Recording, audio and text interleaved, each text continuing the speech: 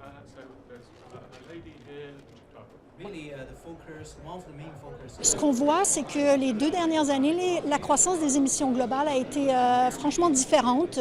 En 2014, déjà, une faible croissance, 0,6 %, et nos projections pour 2015 seraient d'une légère décroissance, aussi 0,6 %, mais avec évidemment une grande incertitude.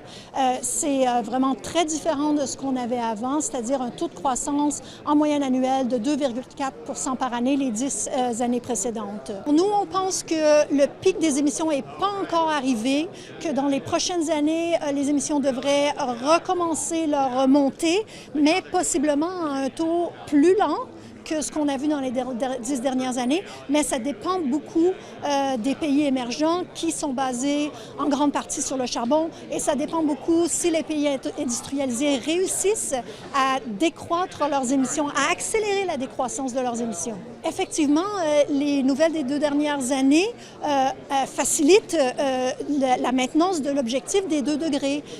C'est pas gagné pour limiter le réchauffement climatique à 2 degrés. Il faut que les émissions décroissent éventuellement à 0. Donc, ça ne suffit pas d'arrêter la croissance. Il faut aussi décroître et décroître très rapidement. Et cette bataille n'est pas du tout gagnée.